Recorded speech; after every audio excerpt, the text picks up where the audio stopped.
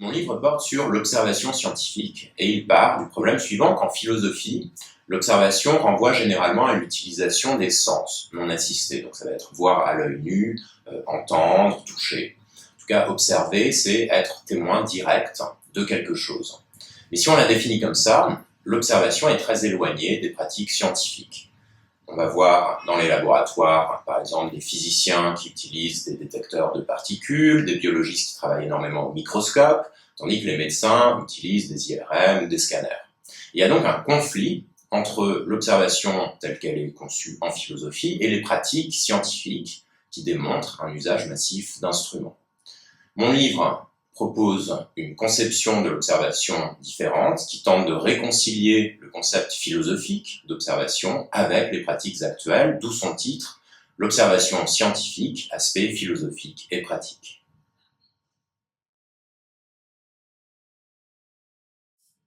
Alors, est-ce qu'il faut à tout prix réhabiliter une notion qui semble tellement déconnectée de la réalité des scientifiques? Parce que c'est vrai que les sens non assistés jouent un rôle très faible en science. Tellement faible qu'il paraît effectivement absurde de conserver cette notion traditionnelle d'observation. Elle est inapplicable aux sciences, personne ne va l'utiliser. En revanche, ça vaut la peine de se poser la question, pourquoi est-ce qu'on a défini l'observation de cette manière, en éradiquant les instruments? La raison est assez simple, mais assez profonde. C'est que si observer quelque chose, c'est en être le témoin direct, sans intermédiaire, ce qu'on espère, c'est d'avoir trouvé le chemin le plus court qui mène à la connaissance, le moins semé d'embûches, avec le moins d'étapes et donc le moins de risques d'erreur possible. C'est donc pour obtenir les connaissances les mieux assurées, les moins sujettes à l'erreur, qu'on tend à concevoir l'observation comme ça, de manière tellement stricte et limitative. Alors ce qu'on vient de faire là, c'est identifier deux choses au sujet de l'observation, une fin et des moyens. Ces moyens, j'en ai parlé, c'est le contact perceptuel direct avec l'objet de la connaissance, et c'est ça qui est en porte-à-faux avec les pratiques. Et en revanche, ça c'est un point très important de mon livre, la fin, donc ce qui doit être accompli par l'observation, c'est obtenir une connaissance très sûre, qui fasse autorité, et ça c'est quelque chose de crucial en science. C'est crucial parce qu'on en a besoin de cette connaissance observationnelle pour construire nos théories, mais aussi pour les tester, les mettre à l'épreuve, et donc parfois aussi les rejeter, les corriger, les retravailler. Donc, sans un concept d'observation qui remplit cette fonction épistémologique de nous fournir des connaissances très sûres, ça devient beaucoup plus difficile de comprendre pourquoi la science est dynamique, progressive et même non dogmatique. Alors oui, ça vaut la peine de réhabiliter ce concept parce qu'il joue un rôle épistémologique très important, mais il faut aussi repenser en profondeur comment ce rôle est accompli.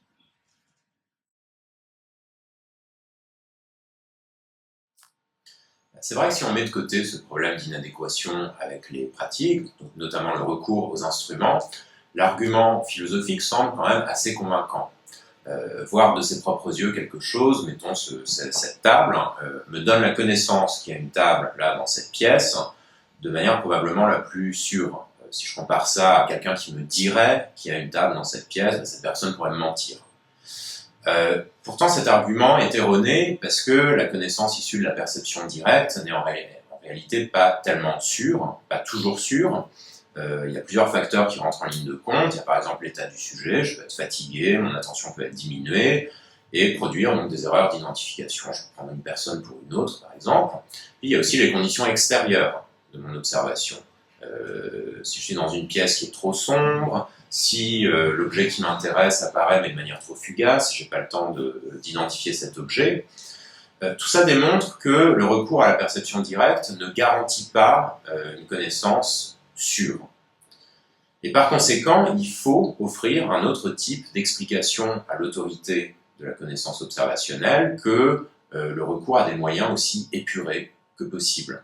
Et c'est en offrant un autre type d'explication qu'on se donne aussi une chance de prendre compte du recours aux instruments dans les sciences. La conception traditionnelle est donc bien dans l'impasse, il fallait en proposer une autre, et c'est l'ambition de cet ouvrage. C'est un livre qui s'adresse aux étudiants et chercheurs en philosophie, bien sûr, mais pas seulement, et loin de là.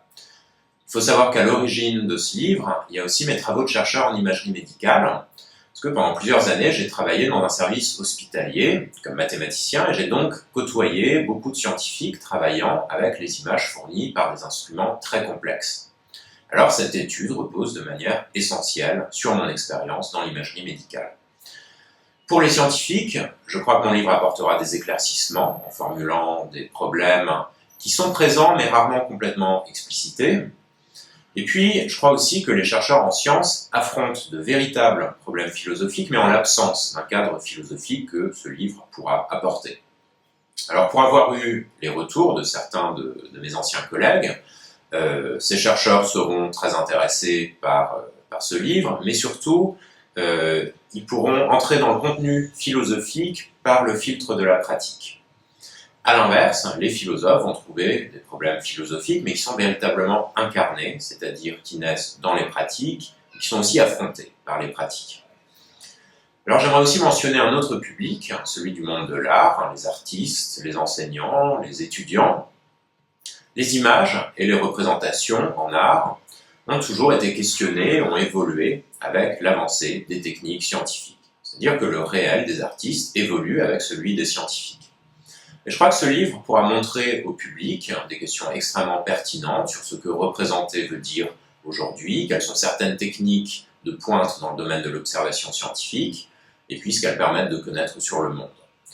C'est donc un livre qui s'adresse à des publics très différents.